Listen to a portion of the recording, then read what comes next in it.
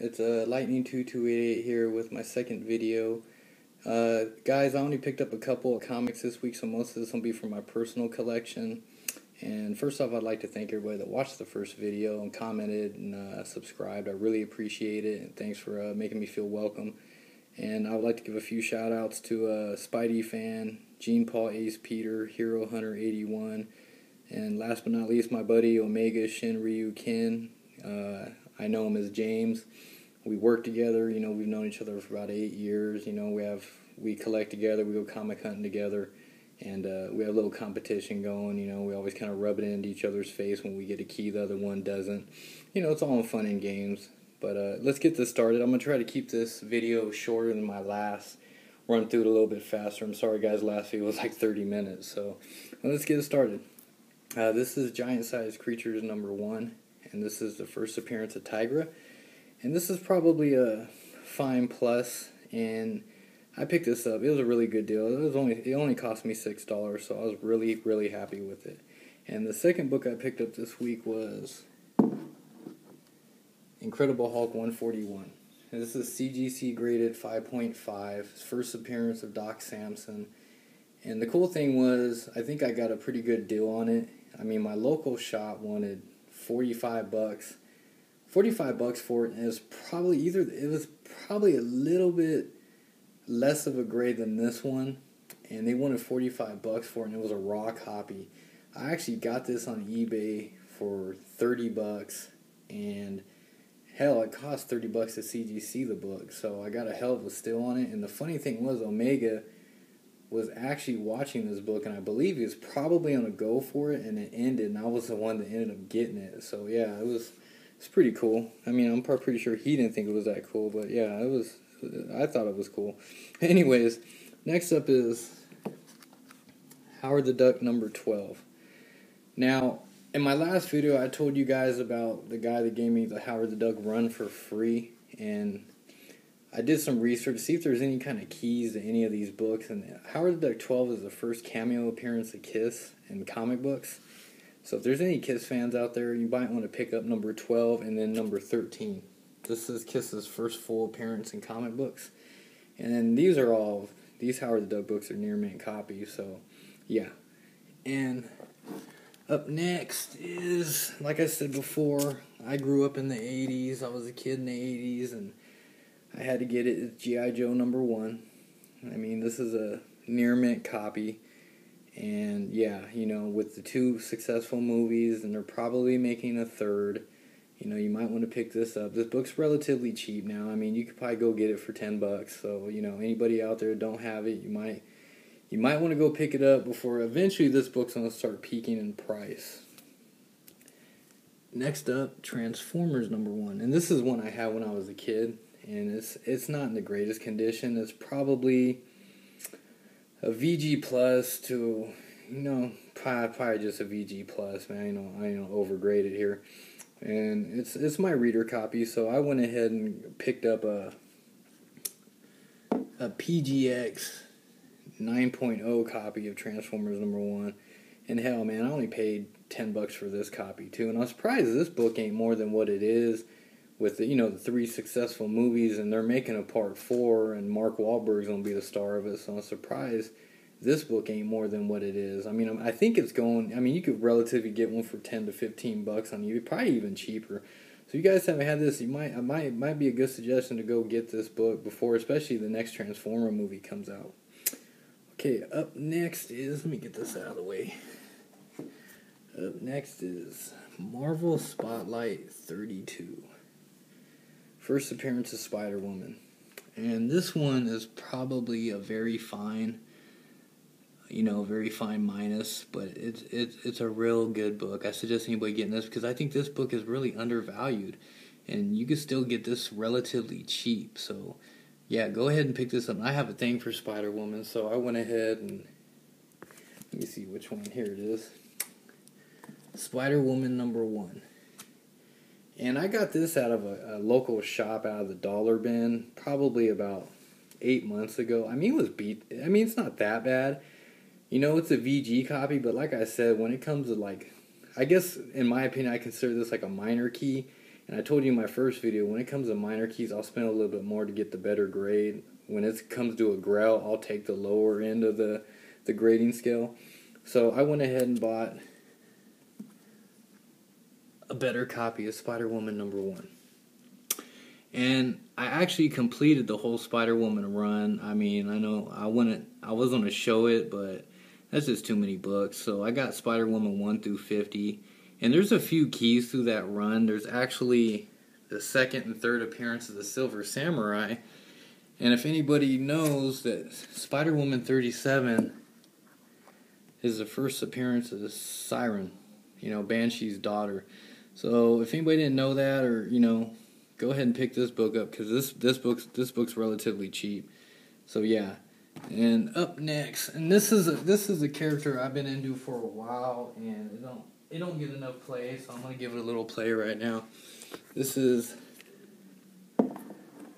Adventures into Fear #10. This is the first solo story with Man-Thing, and he's such a cool character, and plus the artwork, just the 70s look is just something about it. And this is probably you can see the spine wear right here. But hell, man, I only paid $5 for it, it's a relatively cheap book, but it's what I'm into. And next up would be Man-Thing #1. And this cover is just something about it that I really like. And I was trying to get this book for a minute. My local shop was selling this, and it's funny too because it's a wall book in his shop, and he wants $45 for it. And there's no way in hell I'm spending $45 for this book. And I was going there for a while, and to this day he still has it up on that wall for that same price. He's never going to sell for that price. So I eventually went on eBay, and I got the whole Man-Thing run 1 through 22 for $25, and they're all very fine and near mint copies. And I'm just going to show you a few Man-Thing titles, and we'll move on. Here's Man-Thing #2. Just something about the cover. It's just a 70s book. I just love the covers to them. Just the colors, the way it just pops. And here's Man-Thing #3. And this is the first appearance of Fool Killer. I guess the first rendition of him. So if anybody's into collecting, none but first appearances of characters, yeah, the first Fool Killer is the first appearances in this Man-Thing #3. And I noticed in my last video I was talking about, I was slowly getting into DC books. And this is something I suggest, if no one's read these books and they're wanting to get into comic collecting, you guys definitely need to at least read these. Watchmen #1. And I know the movie, a lot of people hated the movie, and that might keep them away from these books, but no, the books are way better than the actual movie. Even though I did like the movie, there's far worse comic-based movies than that. Punisher, Warzone, or whatever, Elektra, even Daredevil. And I'm a huge Daredevil fan, and I hated that movie. But anyways, I picked up Watchmen #1, and these are all probably near mint copies, guys. And, they're not relatively expensive. You could probably buy the whole set probably for like $100, if you take your time on eBay and stuff. And I don't got the whole set, but I damn near do. I almost won. I got them all at Frank & Sons. Here's Watchmen #2, and these are all near mint copies. Watchmen #3, Watchmen #4, Watchmen #5. Watchmen #6, Watchmen #7, and Watchmen #10. Like I said, if you're new to comic collecting, get these books and read them. They're awesome. But I read these books when I was a kid, and they're just some of the best story written books ever. And for all these books, I got 7 issues. 7 out of the 12 issues. I think these 7 issues I got them for $40. So I got a pretty good deal on them. And like I said in my last video, guys, that I eventually wanted to start getting into more DC. So here's Brave and the Bold 57. Metamorpho Man. Yeah. This is a cool cover, man. There's something about it. This is really one of the first DC books I actually picked up, and I'm real happy with it. It's a VG Plus, but when I got it, it was relatively cheap. I've been looking this book up on eBay lately, and it's gone up in price quite a bit. So I'm glad I have it, and I suggest if anybody runs across this at a pretty decent price, pick it up. It's a good book to have. And the next book, and this is actually the first major DC key book I've picked up, and I've had this for a minute, but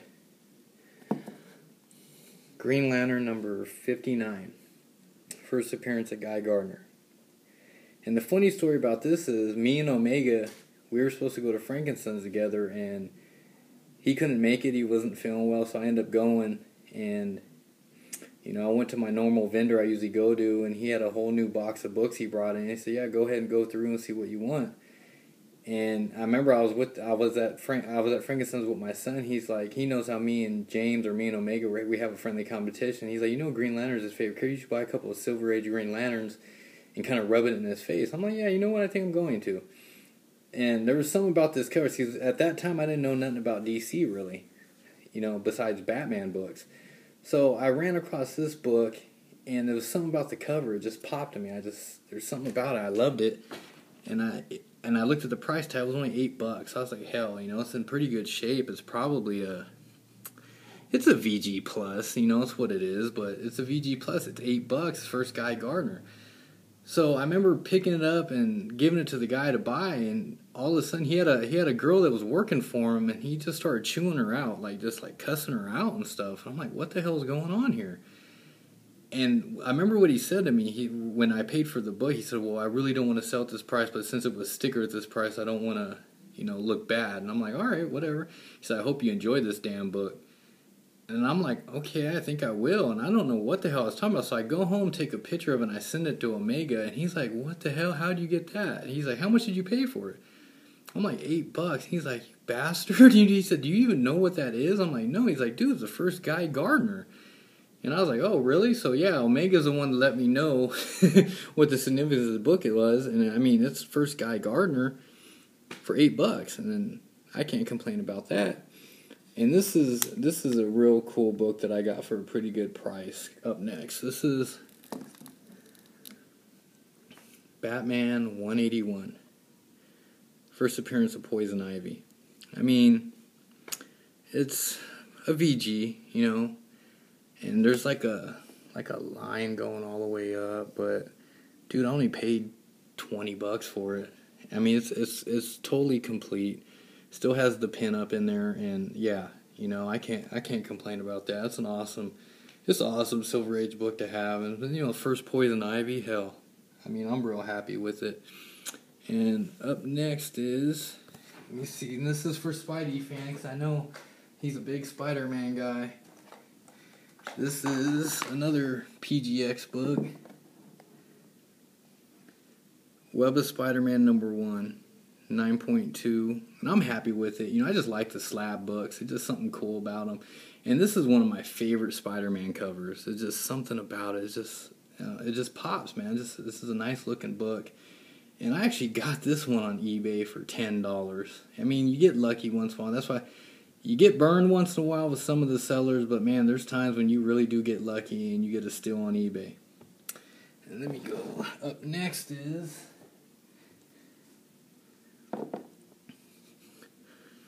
Amazing Spider-Man 122. And this is probably, maybe a fine minus. Not even that. It's probably probably a VG plus. But still, dude, for the price I paid $30 for it. I really can't complain. And I actually got, and I love this book and that storyline so much, I actually got the Masterworks Marvel Legends toy that goes with it. So, yeah, it's pretty cool. I'm happy with it. And to finish off my video, guys, I'm going to show you something. And the Spidey fan actually showed this in his video, and his are in way better condition than mine. But I'm real happy to have them. Silver Surfer #1. I mean, you can see what it is. I mean, you know, there's wear here, there's lines here, there's, you know, pieces missing right here. Not missing, but it's like, you know, rubbing away right here. It's what it is, dude, but, you know, $50. You know, you don't get that for $50. I mean, it's probably like a 3.0, 3.5 grade, but still, I'm happy to have it. And last but not least is Fantastic Four 48. First appearance of Silver Surfer and Galactus. And I'm so stoked to have this book. This is a book I wanted since I was a kid. And I remember every Christmas, I'd ask my dad for this book. He'd be like, "You crazy? I'm spending that much damn money on a comic book." So I eventually had to do it myself as an adult. So yeah, I got it, and I'm happy to have it. I mean, it's a VG copy, and like I said, with certain grails or certain major keys, I'll take the lower grade just to have it in my collection.